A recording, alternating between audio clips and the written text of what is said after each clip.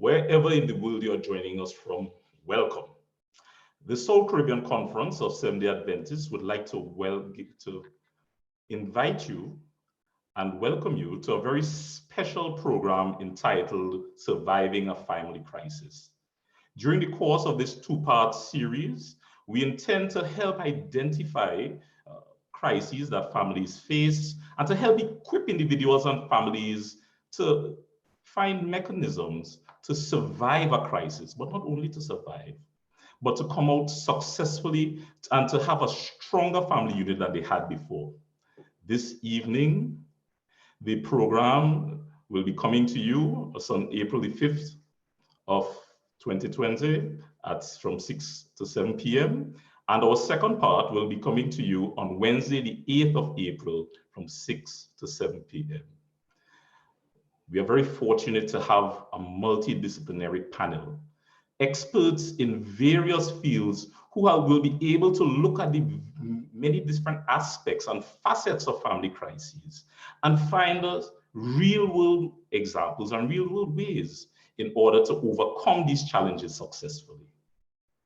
First, we would like to introduce you to the Family Life Director of the South Caribbean Conference, Pastor Wayne Sampson. He's the Family Life Director. He's also the Men's Ministry Leader and an adjunct lecturer of the University of the Southern Caribbean. Our second panelist is Dr. Oscar Ocho. He is the Director of the School of Nursing of the University of the West Indies.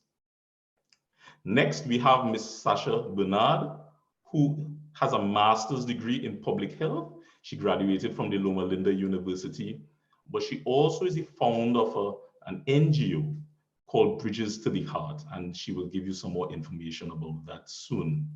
Next, we are pleased to have Captain Myrna Riley Devines. She's a nurse by profession. She's a human resource professional, and she's a captain in the Jamaican Defense Force who has responsibility for career development. Next, we have Ms. Carla Copeland, who is the coordinator of the School of Psychology and a lecturer at the University of the Southern Caribbean. And at present, she is completing her doctorate. Finally, we have the president of the South Caribbean Conference of Seventh-day Adventists, Pastor Leslie Moses, who is a family life educator and an adjunct lecturer at the University of the Southern Caribbean. Before we get into this evening's programming, let us start with a word of prayer. I'd like to invite Captain Devines to bless the audience at this time. Captain Devines. Shall we pray? Father in heaven, we thank you so much for your mercies and your grace. Father, we know families are important to you, and even now, families are in crisis. We thank you for technology, God, that allows us to reach across the different spheres so that we can share with them. And so, Lord, we invite you this evening, God, that you will touch each home, you will protect each person, but Father, that you will guide us as we seek to share with them. May they leave this webinar, Father, more empowered and better prepared, Father, for the crisis that they have to face. In Jesus' name we pray, amen. Amen, amen. So as we don't have much time, I think we should dive straight into the questions. And the first question is for Pastor Moses. Pastor Moses, can you give us a working definition of what is a family life crisis? What does this entail? What should people be looking for? Pastor Moses? Yes, good evening, everybody. It's good to be here, and we trust that you would be blessed as we do what we are doing today. I trust you're seeing me now. Yes? Okay. So a crisis, a family life crisis, is a critical incident that puts one in intense difficulty or danger. Actually, these crises can either put one in danger from an emotional, psychological perspective, or from a physical perspective in terms of life and the safety and protection of life. If you will, Randall, I'd like to share some examples of some crises that family members would traverse and experience at one point in their lives or another. And the first one I have on my list is illness and disability. Another one that many families experience would be an extramarital affair. Unemployment would be another crisis, and especially if the main provider, the man, is out of a job. The literature tells us that that is his most significant crisis, not being able to feed his family and take care of his family, and that type of thing. Substance abuse, if a member of a family has a substance abuse issue or challenge. The death of a family member, and the worst being the death of a partner. Of course, it is interesting to note that some people pray for their partners to die because they have other plans. But once, families are doing well, husband and wife is doing well, and a partner passes away, that is a major crisis. Suicide, and Trinidad and Tobago ranks 3 in the English-speaking Caribbean in regard to suicide among family members. That's another crisis. Of course, right now we are facing a crisis called COVID. So a pandemic or natural disaster or a man-made disaster, that too can be a crisis. And these are the ones we see in Trinidad and Tobago. If you live in some other parts of the world, then the act of war can be a crisis, or some terrorism act can be a crisis for family members, for individuals and families, and so on. And those are the types of things that people go through, Randall.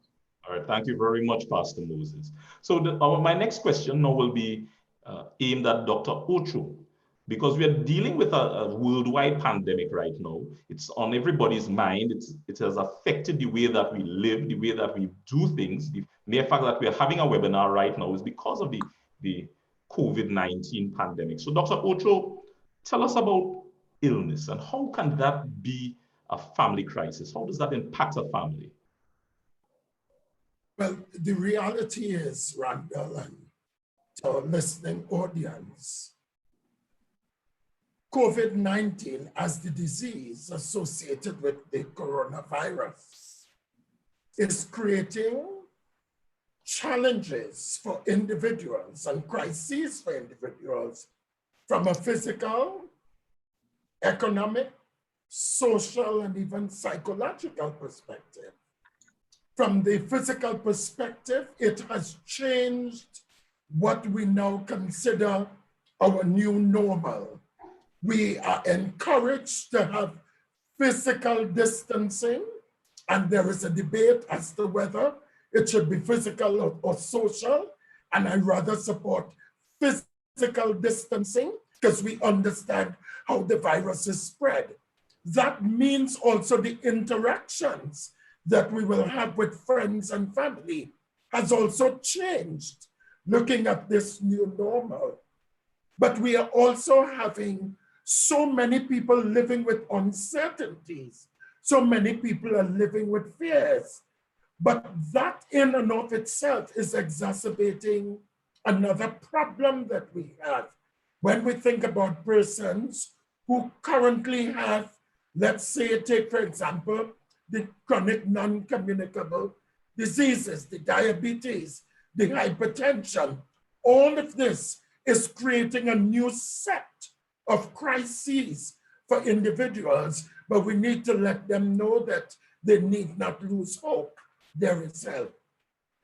Thank you very much, Dr. Ocho. I think our next question, moving on from the issue of the elderly and the impact COVID-19 has been having on them, I think I want to bring Sasha into the conversation.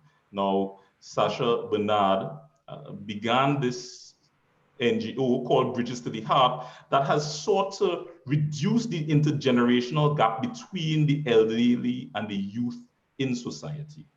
So, Sasha, we have not heard much about the elderly. Can you tell us about how a situation like this, a crisis, how it can impact on the elderly and their management of such a situation, such a crisis, dealing with COVID? Okay, thanks, Randall, for that question. So we can see that some crises, for example, like this medical crisis that we know are experiencing, have caused our elderly community to be disproportionately impacted, right? This entire COVID-19 situation. In general, in different situations, aging persons may tend to resist help because they still have a need to feel capable and independent. But I believe that as a society, as a people, as a church, as a family, we have a very important role to play in the crisis management aspect for the elderly, because at that age, sometimes they need a little more support. Sometimes we describe them as being stubborn, but that stubbornness could actually sometimes worsen a situation. So we need to work with them while still respecting them. And an important thing to have in the crisis management of the elderly is a game plan, a family plan, a game plan, a plan, right? Think of the steps that you would need to take in a crisis to either divert the crisis or handle the situation. And then you can probably make a list of people who need to be involved, whether it be a spouse, siblings, children, and also depending on the kind of crisis, as Pastor Moses would have mentioned, whether it be medical personnel, financial advisors, legal advisors, and make a plan and go from there. Right, thank you very much, Sasha. Now, I think it's time to bring in the Family Life Director, Pastor Sampson, into the discussion. Now, Pastor Sampson, Sasha just told us of the necessity and the importance of having a plan. At this time, can you give us some idea of first couples? What can they do to help strengthen family members to be able to treat with a crisis? But I don't want you to only deal with couples. Afterward, I also want you to deal with single people. What can they do? What role can they play? How can they help develop a plan to treat with and manage a family crisis? First of all, I would want, at the same time, very pleasant evening to all. I would appreciate, first of all, we dismiss the thought, that single parents and single families, differently configured family, are at a disadvantage when it comes to the health of the family. I would rather that, that while we discuss this important topic, we deal more so with the health of the family, pursuing or seeking to navigate through this particular challenge. Regardless of what family type it is, couples, single parents, whatever it is, a challenge will call for three basic things to be, in my mind, three basic things to be had. One, a belief, a shared belief. Two, an organizational structure that my sister just alluded to. And then three, a communication that is not just going to be limited to verbal, but where the message I care is clearly sent. It is sent and it is received. Now, if those three, because to my mind, those three components, when they are meaningfully engaged and operate as tools used in operating in the family, the belief system certainly will give a family shared thoughts on a particular idea or goal. You may have rifts if ideas, expectations, and values are different. But if there is a common belief system, and for us Christians, that certainly gives towards the somewhat an advantage, where the ultimate source that will govern what our thought pattern, where our thought patterns are derived, come from a common source, then we can find in the Christian family or persons who believe in the Bible or they have a common spiritual focus, then their belief system as to how they relate to life will be somewhat common. Now, when that is the case, it connects the heart for sure. And one of the major things for any family, and it underscores and underpins the strength of a family when there is emotional strength, connection, and the coupling and in the single parent family, that same message got to be given, where those three things are pursued: a strong belief system, well-organized family as to whose function is what and such the like, and then thirdly, communication, where the I care is transmitted, it is sent and it is received. If those three things are meaningfully managed, I believe certainly some measure of success can come by. Thank you very much, Pastor Sampson. Now, we've spoken about families that work well. I think it's probably time to bring Captain Devines into the picture, because we also have to look at those families where things are not working so well. So fractured families, families where abuse occurs, where they may not have those three factors which Pastor Sampson just spoke about. Captain Devines, can you tell us what are some of the abuses that can happen in fractured families? Thank you, Randall. You know, a number of persons out there listening to us have been home maybe for a week or more. And the question that comes to my mind is, are they feeling caged or are they happy to be home?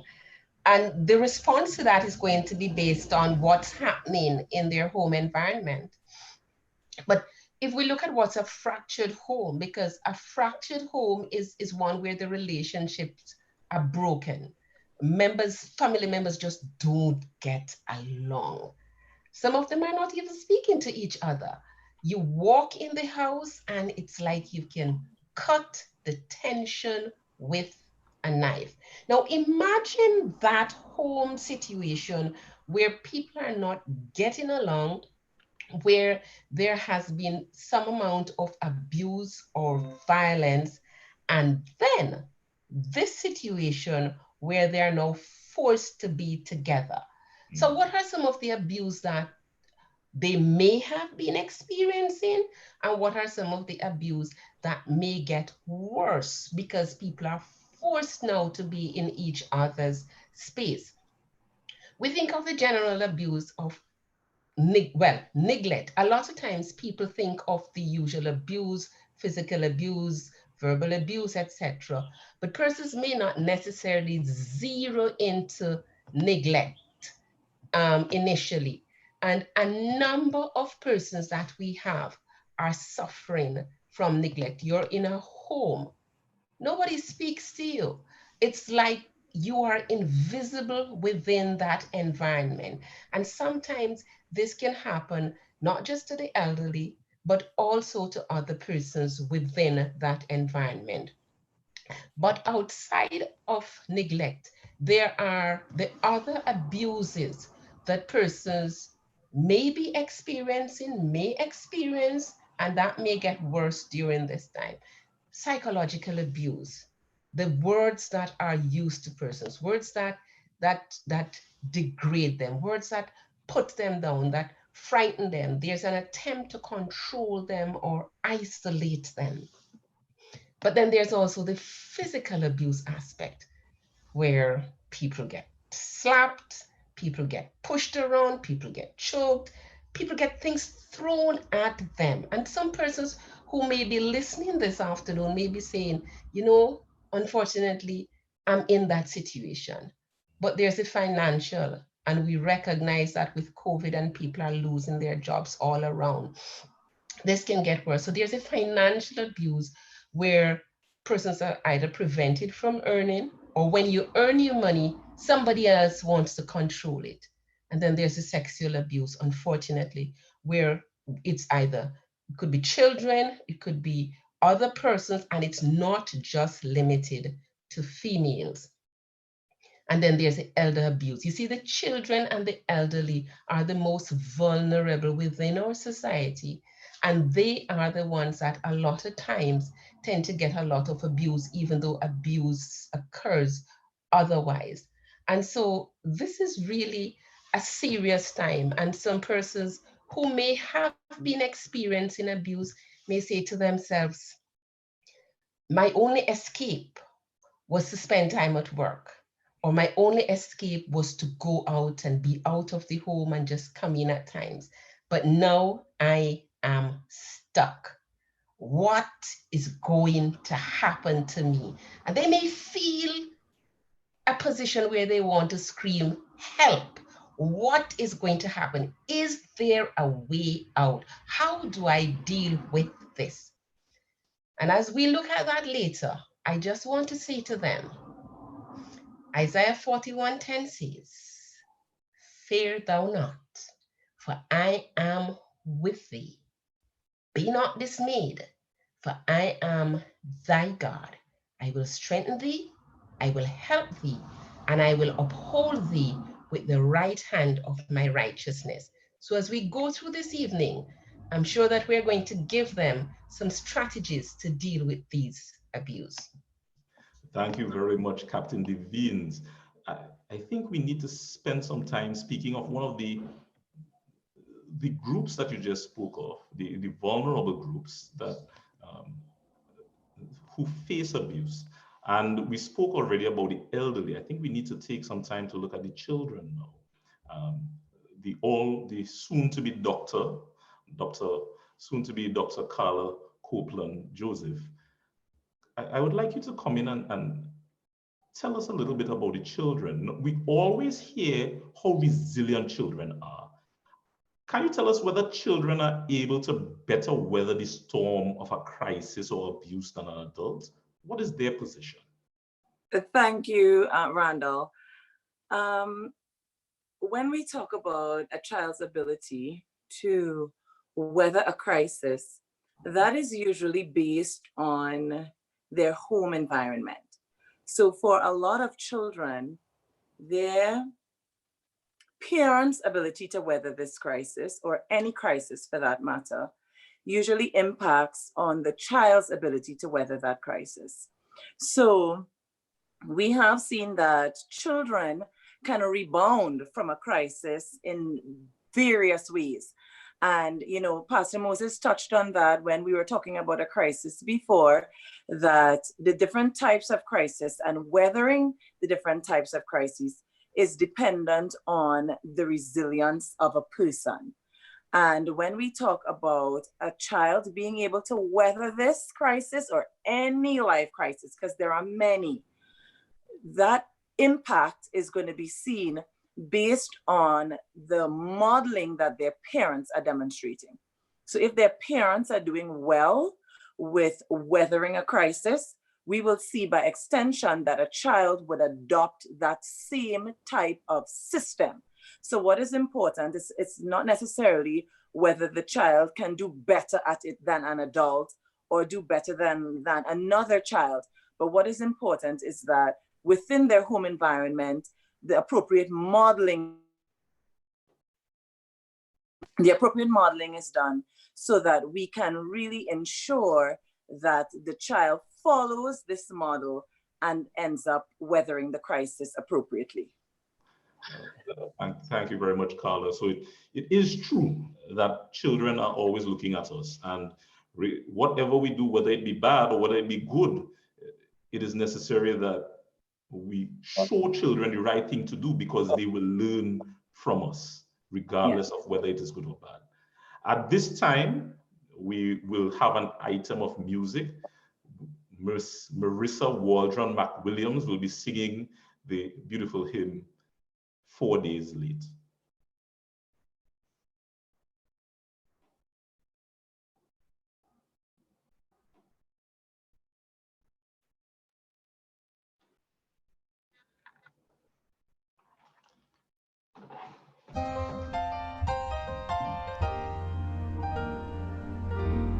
The news came to Jesus, please come fast. Lazarus is sick, and without your help, he will not last. Mary and Martha watched their brother die. They waited for Jesus, he did not come, and they wondered why. The death watch was over, buried 4 days. Somebody said, he'll soon be here, the Lord's on his way. Martha ran to him, and then she cried, Lord, if you had been here, you could have healed him, he'd still be alive. But you're 4 days late, and all hope is gone. Lord, we don't understand why you waited so long. But his way is God's way, not yours or mine. Isn't it great when he's 4 days late, he's still on time? Jesus said, Martha, show me the grave. But she said, Lord, you don't understand, he's been there for days. Oh, the gray stone was rolled back. Then Jesus cried, Lazarus, come forth. Then somebody said, he's alive, he's alive, he's alive. You may be fighting a battle of fear. You've cried to the Lord, I need you now, but he has not appeared. Well, friend, don't be discouraged, 'cause he's still the same. He'll soon be here, he'll roll back the stone, and he'll call out your name. He's 4 days late, and all hope is gone. Lord, we don't understand why you waited so long. But his way is God's way, not yours or mine. No, no. Isn't it great when he's 4 days late, he's still on time? My God is great when he's 4 days late, he's still on time. He's on time.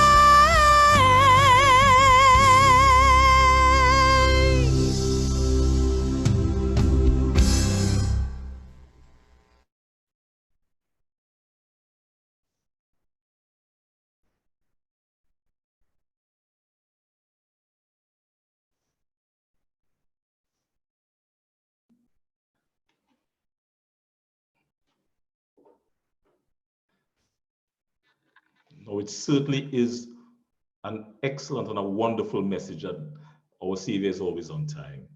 At this time, I think that we need to get on with some more questions because they are coming in quite rapidly.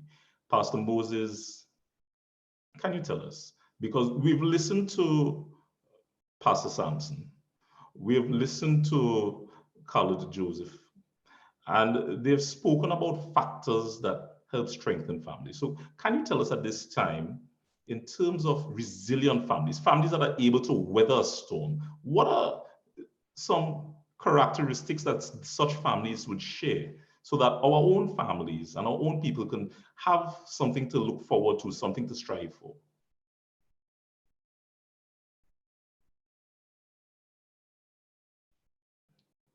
Yes, of course, Carla mentioned it earlier. As she talked to resilience, she started to get into it, which is what we're talking about, the ability to bounce back.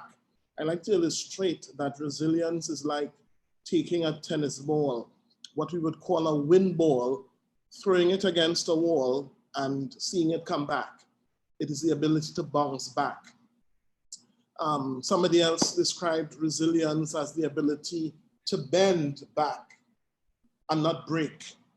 I like how Dr. Rachel Yehoda described resilience, and she said, the best description of resilience is one that I've seen on television in connection with the Timex watch. It says, the commercial says that the Timex watch takes a licking, but it keeps on ticking. It takes a licking, but it keeps on ticking. And that is what resilience is about the ability to keep on in spite of the challenges. And of course, there are some factors, and I'm going to do this real quickly because time is running on us. Some factors that are common in families that are resilient. These factors, by the way, some of them, you can find them in individuals. The first one I would share is the ability to be flexible. You would find that families that are very rigid and very stuck up are families that will not, weather the storm of a crisis very well. Communication is also very important. Communication in the family. You would observe that in Trinidad and Tobago, the government is talking to the people. There is a crisis in our land, and that's one of the ways to deal with a crisis. As a family, you talk, we exchange, we communicate one or the other. Captain Riley Devines talked about, people not talking to each other at home. In crises, we need to be able to talk and to listen. And of course, the Bible in Ephesians tells us, Ephesians chapter 4 tells us how that communication should be. Ephesians 4:29 says, let no corrupt communication come out of your mouth, but that which is good to the use of edifying. In other words, it is communication that helps to build up the family and that it may minister grace to the hearer. So as we communicate with each other, it ministers grace. The next one, quickly, is that families that tend to be resilient are families that have fun together in spite of a crisis. So yes, COVID is here. Yes, somebody may pass away later. Yes, somebody may have mental illness later, but the family must be able to have fun nevertheless. They must be able to laugh. This whole matter of humor, laughing at ourselves and laughing with each other, very important. Also very important, Randall, is the matter of family rituals. Family doing things together like clockwork. For us, the Adventists, that Friday evening worship is important, and it helps the children to know that there is some stability in the lives of the family members. Next one, quickly, is financial management. When there is a crisis, we need to manage our money so that we can weather that crisis. A supportive network is important, knowing that you have people you can call, your pastor, your brethren, your family members, your relatives. Very important. And I want to pause before I say this one, is the matter of optimism. Knowing that things will get better by God's grace. Looking at a positive outlook. And finally, there are others, but these are the main ones. Finally, I would say spiritual commitment. A lot of research has been done on resilience. And one of the things that all the researchers are coming up with is families that are spiritually connected, families that pray together, families that read Bible, families that have worship, families that attend church together. Those families tend to be more resilient than families that don't. Yeah.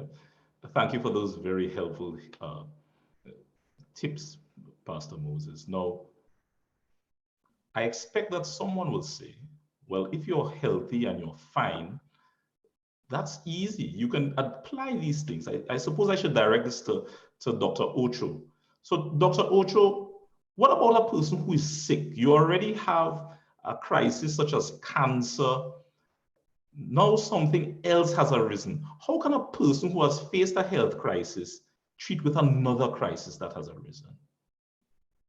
Now, that's an extremely important question that you have asked here, Randall, simply because, and I'm going to tie that into a question which I've seen where somebody is asking for, what are the red flags that you should look for? Let's take, for example, the person who has, let's say, a chronic disease. Right now, for most of the clinics have been canceled, so nobody is able to go to public health clinics anymore. There are some implications for some people being able to have access to their medications. They could no longer move out of their houses as freely as they would like to, especially the elderly who we recognize have a greater risk, and especially with their chronic non-communicable diseases. It's important then that we develop support systems that in cases of these elderly having children or members who know that there are elderly brethren who are living alone, we need to ensure that they are compliant. We need to ensure that they have a meal, because we realize that for a lot of persons, this time could be extremely stressful. And we realize the impact of stress on, let's say, somebody's blood pressure or stress on somebody's blood sugar. So it's important that they know that there is an opportunity for connectivity, so that somebody calling them, somebody just finding out what's happening, how they're doing, is also very important. We also need to consider providing things like making groceries. Not that you will provide all your monies, but you could create an arrangement where the person can go to the supermarket, provide your needs, and there is some opportunity for repayment. But based on the question that I see that would have come up, I don't know if the signs to look for, the red flags rather, is in relation to COVID. I will say it's important. Are you running any fever? Based on your interactions, you know you should be at home. You should not be interfacing with people. But have you been in contact with anybody who you know would have come up with symptoms? Are you having a cough? Are you having any tightness of the chest? If these things happen, immediately you should call your health facilities. Do not go to accident and emergency. Call your health facility and they will make arrangements for someone to come and see you. Thank you very much, Dr. Ocho. Now, one of the groups that is vulnerable, that is disproportionately affected by health challenges, would be the elderly. One of the groups that would be disproportionately affected by financial challenges would be the elderly.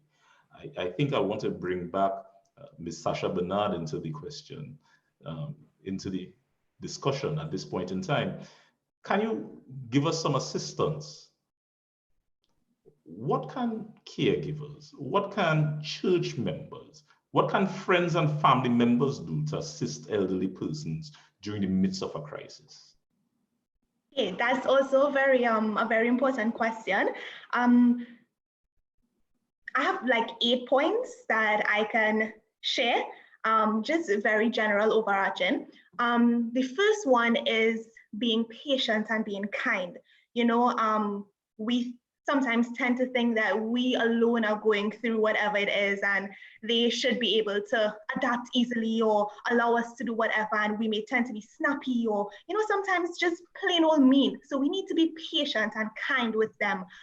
We need to be educated as it relates to the specific crisis, because we don't want to be ignorant, right?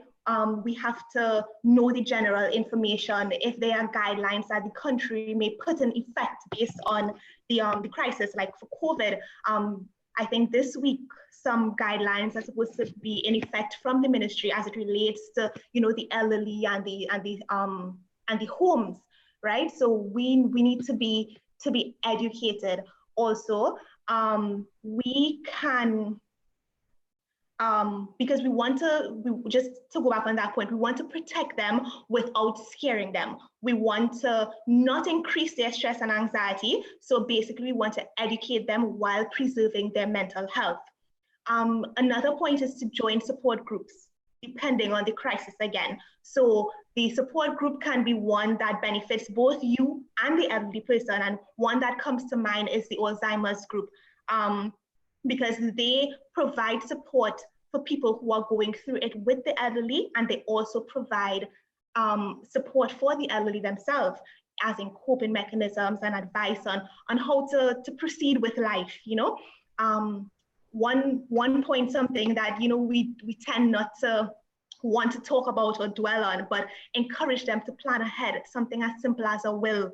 You know, we need to have these things set so that when that time comes, as sad as it will be, we would not be unprepared, right? We need to be respectful. We need to involve them in whatever it is that we're doing as it relates to them, because they are still humans. They are old, but their opinions still matter. They need to be a part of the decision making. That also helps alleviate some of the stress, and it allows them to cope better, knowing that they are involved and this is not just being forced upon them. Something that's very, I want to say cliche, but still very important. We need to check in regularly, a visit, a phone call. And when we do check in and when we do make that phone call, we need to make sure that we're not just focusing on the crisis and talking about the negative effects and talking about the bad things. Talk about things that they love, things that they enjoy, you know, ask how they are. Say, have you eaten? Let me drop a meal for you, right? Especially like in this situation that we are in right now with COVID, and, you know, we're hearing about social distancing, two words that we hear a lot about, but I want to emphasize that social distancing does not mean social or emotional isolation or neglect. Social distancing should only adjust your proximity from the person, not your love towards them. So continue showing that love. A phone call, a text message, you know, just something simple. And that leads me to my next point, which is the use of technology. If you're not physically together with the older person, especially in a situation like now where we are advised not to visit, we can engage them through technology, Facebook, FaceTime, WhatsApp, Zoom, Skype. And if they're not technologically savvy, as an excuse that we use a lot for the elderly, teach them now, teach them beforehand how to use these things. If they're in a home, ask a caregiver if they can assist. You know, don't make excuses not to communicate. And lastly, and not least, right, also very important, is don't forget God. He who gives us a peace that passes all understanding. We need to pray with them and pray for them. So that's how I think we can help the elderly cope as a body. Sasha, I want to thank you. Very helpful. Because each one of them deals with a different aspect of life that if you neglect it, it really will be to your detriment. And I really want to thank you. One of the ones that I found very interesting that we often forget is that when you said to plan ahead, many times persons think that by delaying doing a will, you're delaying some terrible event happening, but that's not true. And many times families end up in a lot of stress, drama, and infighting because they don't know how to share a property after someone's demise. And that is one of the things we need to avoid. Now, I think I should move on now to Pastor Sampson. Pastor Sampson, it's been some time we've heard from you, and I want you to tackle one of the points that Pastor Moses raised, because Pastor Moses spoke about maintaining certain family traditions. Now, if you are sequestered, the government has basically said, don't leave your home, try to stay home as much as possible. What activities can couples, single persons, extended families, what activities can these sequestered families do to help make this time much more bearable? Well, first of all, I think the activity should not be stipulated, as it were, but more so it should be derived from a consciousness that the family shares. You know, if the family on the onset carries the objective that together we will face the challenges of life. And if that has not been, then this may be the time for any given family to come to that understanding. Challenges will come and we have to band together to deal with that. And the activities will be derived from a consciousness that we all share together. And that sharing comes because there is and again, I go back to what I said earlier on, there is the I care principle that the family is held together by. You know, I care about me, I care about you, I care about us. Every member of the family carrying that same kind of thought, the I care message. And we go into the situation, I want to do things with my family, whatever that thing might be, to give the message, listen, we are together, I care about you, you care about me, we care about us, and together we can deal with that. And in order for that to be realized, then one has to make oneself available and one has to be responsive. Those two entities got to be active, got to be very much active in the family life during that time.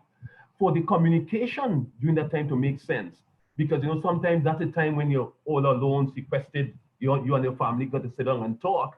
If there is that caring attitude, even a conversation will be one that is more haunted than anything else.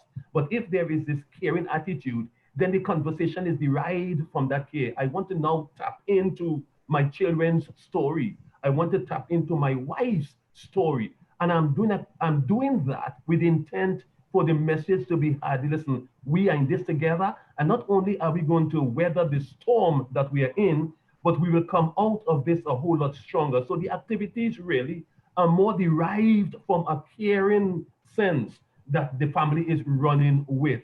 Even the spiritual aspect of things then, certainly at that given point, because care is something that cannot just simply be whipped up carelessly, something that is really, according to Romans chapter 5 and verse 5, God actually pour his love into our heart. It means therefore that family worship during that time becomes awfully insignificant. The family has to be constantly making itself available to God for him to pour his love into their hearts. Fathers having that kind of love for wife and children, into the heart of the children for parents, and wife for husband, and such the like. So the worship experience, the God factor, become absolutely important. I believe with that caring attitude derived from a God's perspective, a whole lot of vision then will come by. What I do, when I do it, why I do it, carries with it a sense of wholeness for the family. I want what's best. I can see 3 questions being quickly answered when that is done. What I want for me, what I want for my family, what I want for us. I see that can very well make some inroads there. Now, Pastor Sampson, you've just spoken about families who care about each other. I think I should bring Captain Devines in here, because she was speaking about abuse earlier, and it is something she's looked at extensively. What about family where it doesn't appear that family members care about each other? What can such families do to deal with abuse in a crisis, or even deal with a crisis even outside of a situation like this COVID-19? Okay, thank you, Randall. The crisis is not just going to be related to what is happening within COVID-19, but after that, persons still have to deal with challenges they have. And sometimes the first tendency is to try to run away from it. But of course, we're seeing now that you can't run, really. Maybe if persons understand the cycle of abuse, it helps them to better understand how to deal with it. And so there's a 4-part of that cycle: the tension, where the relationships are strained, communication break down, the fear builds, and that leads to the incident, whether it's going to be the neglect, the psychological abuse, the physical abuse, etc. And then after that abuse, there's the reconciliation, where people come, they apologize, they make up, and there's a period of calm after. The key in addressing these abuse, therefore, is to recognize that now there's never a justification for abuse, like absolutely no justification for abuse. However, persons have to look at themselves and ask yourself, what can I do different? because we can't change people, but we can change ourselves. So for instance, in the home, you ask yourself, okay, so things are getting strained. What is causing it? Take some time to reflect. What is causing it? Look at how I've been communicating, how we've been communicating. You know, the Bible in Proverbs tells us, a soft answer turneth away wrath, but grievous words stir up anger. And so persons need to take a look at, how have I been dealing with situations that are strained? How have I been responding to whether verbal or other type of abuse? But as you look at that, also ask yourself, who are the vulnerable persons? Who is the abuse being meted out to? If the abuse is being meted out to an elderly, then you want to make sure that as much as possible, you separate that person from the abuser. So you're in a home. Yes, everybody has to be locked in, but can you give yourself space within that home? You have a room. If you can stay in your room, you spend some time in the yard, whatever. If you have to diffuse a situation rather than reacting, responding, to do that. But the other thing is, Pastor, well, a number of persons spoke about communication this evening. And as we seek to deal with it, is to look at how you structure the communication. Because as you set boundaries and as you deal with communication, is to look at how I feel rather than what you do to me. Because when we start to say to people, this is what you're causing, this is what you're doing, it escalates things, because people now build up a defense and it creates. Now, persons need to access themselves. Make sure you don't isolate yourself. Yes, you're home. Yes, there's social distancing, but we recognize that it doesn't mean that you have to separate yourself, because you can get help. You can get online counseling. Make sure that you have your support group. There's WhatsApp, there's Facebook, there's Facebook Messenger. You don't want to put your business all over Facebook, by the way, because sometimes that can escalate things. So you need to make sure and remember that, you know, God is the ultimate. There's no way you'll be able to deal with this challenge by yourself. Thank you. But I'm reminded in Joshua 1:9, where the Bible tells us, have I not commanded you? Be strong, be courageous, do not be frightened and do not be dismayed, for your Lord your God is with you wherever you go. The thing is not to, and yes, I know we're out of time where I'm concerned, but the thing is not to run away from it. And I think maybe later on in a follow-up session, we will deal more with strategies you can deal with it. But look at, what can I do to neutralize the situation? Thank you very much, Captain Devines. So we've spoken about the elderly, we've spoken about what to do with those vulnerable people, but we haven't spoken about the children yet. I think I want us to bring in Carla Copeland here to tell us a little bit about strategies to help children overcome the crisis. And when you're speaking about this topic, Carla, can you also speak just a little bit about the children who were not able to sit the common entrance exam and the stresses that they're going through? How can they deal with it? Great. Well, in terms of different strategies that we can give,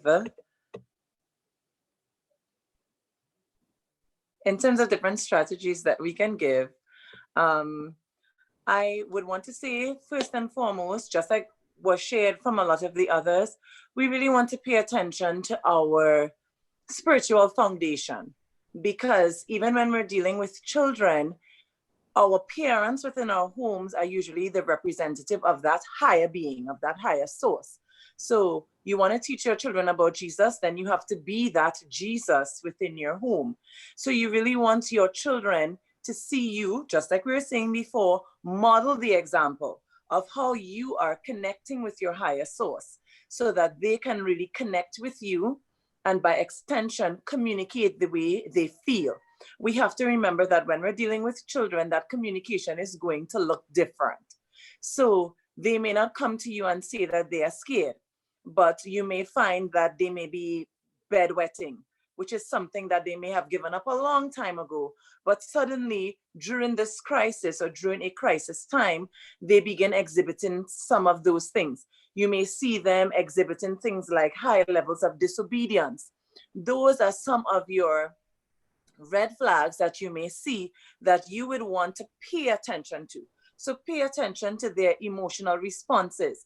Are they giving very big emotions for things that are relatively simple? Like their sibling may have said something to them that isn't so grand. You know, it's not something that is so bad, but they're having a very, very big reaction. They're screaming at them or shouting at them. You want to pay attention to their emotional responses during this time. And you want to create an environment that is very calm and reassuring.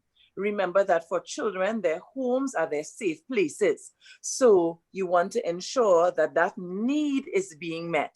The need for a place that they feel safe and they feel very secure. Another strategy that I think is very, very important in a crisis, especially as we are going through this crisis as well, we want to limit our exposure to information. So when we are going through a crisis, you know, sometimes we tap into Facebook to see who's talking about it or what are they saying. And sometimes that could become very, very overwhelming. We want to also do the same thing as we deal with SEA. Just as I wrap up, we want to ensure that with our children, again, you give them that listening ear. Try at this time not to force them into doing work, but try to just incorporate work into their everyday life. So as they are eating, as they are playing, you know, just bring it in. If it's counting, if it's multiplication, if it's grammar, ask them, you throw a word at them while you're having a conversation, while you're doing your family worship and you are reading from your morning watch commentary. Ask them a familiar word, ask them for the meaning of that word. So you can still try education in a less formal way so that they do not feel strained and pressured. But most of all, you want to keep their environment happy and fun as much as possible as you go through any crisis. Carla Copeland, Joseph, thank you very much. To the people who have been listening, we want to thank you for joining us for this very important program. We are definitely in very unprecedented times. Just 4 months ago, none of us thought that we would be in this stage today, but here we are. As we wrap up today's meeting, please remember to join us for part 2 of Surviving a Family Crisis, coming to you on Wednesday, the 8th of April at 6 p.m. to 7 p.m. There we'll be taking all the questions that we were not able to answer today that viewers were putting into YouTube. We want you viewers to continue putting your questions in there. We will ensure that we can get to as many of them as possible. We want you to remain safe, and we want you to remember most of all that God is in control and that He will guide us through these difficult times, and He will bring us out victorious at the other end. Remember that someone always cares for you. That someone is Jesus. Thank you for joining us, and please come back on Wednesday.